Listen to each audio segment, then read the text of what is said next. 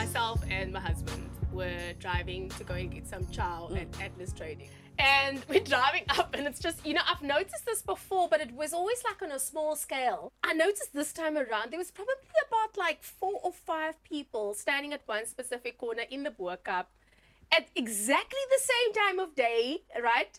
Taking pictures. I'm talking about, this was like besides the tourists that were, hanging around there, and it was just chock-a-block in this one corner. En toe dink ek, as ek 'n auntie was en ek het 'n huis hier gehad, sal ek vir julle weggejag het lankal al. I think it must be crazy for people who live there. Yeah. Because as you said, it's this whole thing on social media that people want to take pictures in the right place. Like what's trending? How does it affect A, the traffic, B, the people's moods that live there? I mean, can you imagine how bedorned you get when you've got a whole bunch of tourists outside your house? It's quite frustrating. And I mean, for a lot of people that are staying there, it's obviously through generations and generations and generations. Those are their homes, that they have had, their grandfather had, and then grandpa before that had the house, that kind of thing. So there's a lot of tradition and there's a lot of culture in there. And it's just kind of, if I was somebody who was staying there, I would be upset. And that's why this, I thought, was a topic I want to discuss. I get. Because they're going there at the same time, because the light, you must get the right light. Yeah. When you're taking the picture, and because it's got to look good, and it's obviously, jy weet mos nou die Instagram and the whole two. Yeah. And it's just, it must be so frustrating as a person that's just trying to, live. You wake up in the morning and there's like just wanna live your people life. down your road. But then to play complete devil's advocate, Okay, because I have okay. to do Yeah, this. I know. Okay. So, yes, you live in this beautiful area that has been there for many, many years. It's been passed on from generation to generation, certain of the houses. Surely also having other people realize how beautiful it is and how special it is makes you realize how lucky you are to live there. Okay. And by other people celebrating it, doesn't it then maybe focus that you live in something very special, and then people who live there might be more inclined to look after their space and their surroundings? Well, yeah. You have she's got a that, point. but then also I can be my own devil's advocate and go, okay, well, we might as well just build a wall around it and call it Disneyland and sell tickets. Where's the balance? Where is the balance, yeah. And it's just, I think, also touching on the whole social media thing. So, we have to do social media because it's part of our business. We all have to do it right now. It's just become such a part of our lives. Absolutely. It's how we market. But how do we know when we are actually going over that human boundary? Yeah. There's connecting with people, and there's there's having relationships and having amazing connections with certain people. For example, there's a lot of people that are now doing motivational things, especially with the launch of Instagram TV. Absolutely. They're able to actually do motivational classes and coach people. You can actually do that phone call thing where it's like, you're teaching your students and things like that. But then you're just like sitting there wanting to just be on social media all the time. So when you are cutting your toenail, it's a picture that goes onto no, Instagram. God, Now I've please. seen that. Yeah, I saw someone put their toenail up. No, you see, I'm kid sorry. you not. There's enough. Like, genoeg. I don't want to see your toenails. I don't want to see body And listen, function. don't get us Not wrong. interested. We are not the social media police, but I'm sure that in discussions, you must be having these same kind of discussions going. Just how It's far wonderful how should we go? Especially once you have families, like you realize your time is not your own anymore. No, because no. you're dealing with, I also have 2 kids, so it's 2 other people's social lives. So there's 4 social lives that I have to try and work out and coordinate. I mean, I wish I'd done a course on social working it out. I don't even know what the word is, but I'm not educated for this. So I've got 4 people to look after. Then I'm still trying to connect with friends who live locally. Needless to say, the friends that live overseas.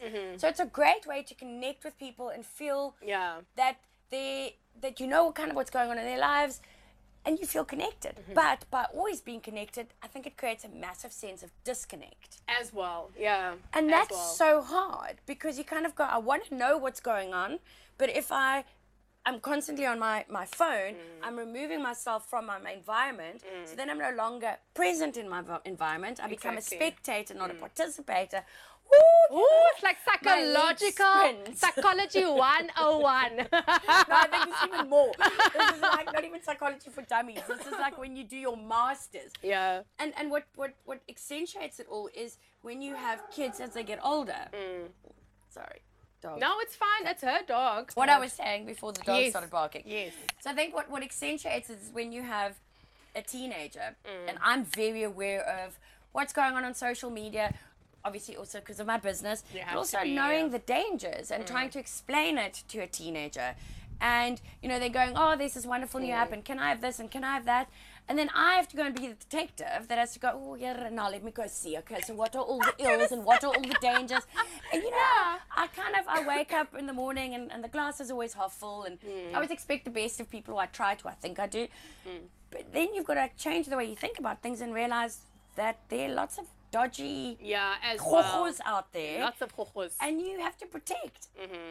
And then you have to try and explain. And I think when you have to start explaining to kids, that's when you start questioning.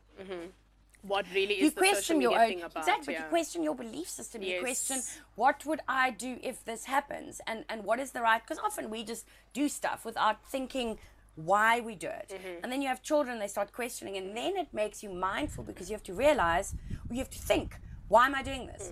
Am I doing this because, like me, do I like blue hair because I actually really like blue hair?